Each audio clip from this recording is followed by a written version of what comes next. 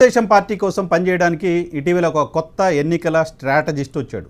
ఈ ఎన్నికల స్ట్రాటజీలు ముసుగేసుకొని చేస్తున్నాడు, కనపడకుండా చేస్తున్నారు.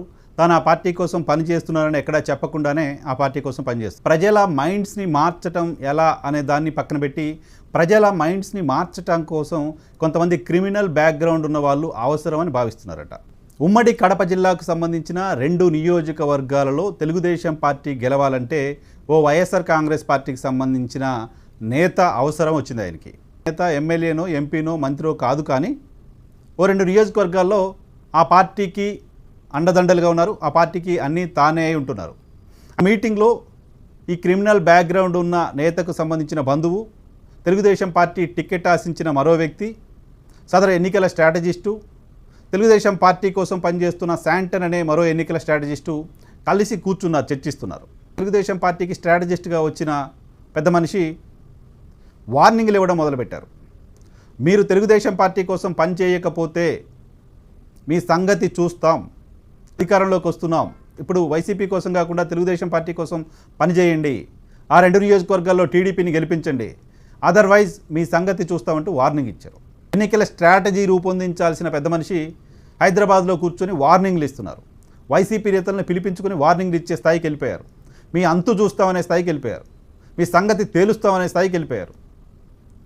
సో ఆ మనిషికి కొత్తగానే కడప జిల్లాకు సంబంధించి నేర చరిత్ర ఉన్న సదరు వైఎస్ఆర్ కాంగ్రెస్ పార్టీకి సంబంధించిన నేత, వాళ్ళ బంధువులు, వాళ్ళకి ఇవి కొత్త కాదు కదా, చాలా చూసుంటారు ఇప్పటికే ఈ 2 దశాబ్దాల్లో.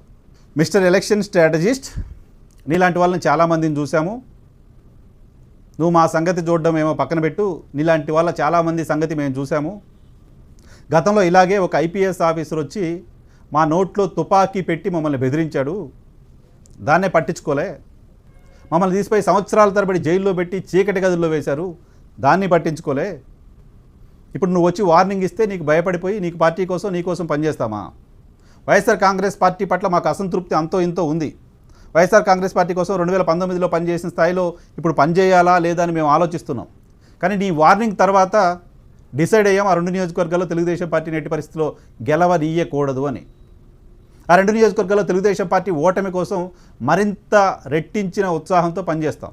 నీ వార్నింగ్లు ఇంకెక్కడన్నా వేరే రాష్ట్రాల్లో పెట్టుకో, ఇది ఆంధ్రప్రదేశ్, ఇలాంటి వాళ్ళని చాలామందిని చూసామంటూ సదరు ఎన్నికల స్ట్రాటజిస్ట్కి రివర్స్ వార్నింగ్ ఇచ్చి వెళ్ళిపోయారు వైఎస్ఆర్ కాంగ్రెస్ పార్టీకి సంబంధించిన నేత. ఇది రాయలసీమ ప్రాంతంలో చాలా పెద్ద హాట్ టాపిక్. ఇప్పుడు రాజంపేట పార్లమెంటు పరిధిలో చాలా పెద్ద హాట్ టాపిక్ ఇప్పుడు. సో కొంతమంది నేర చరిత్ర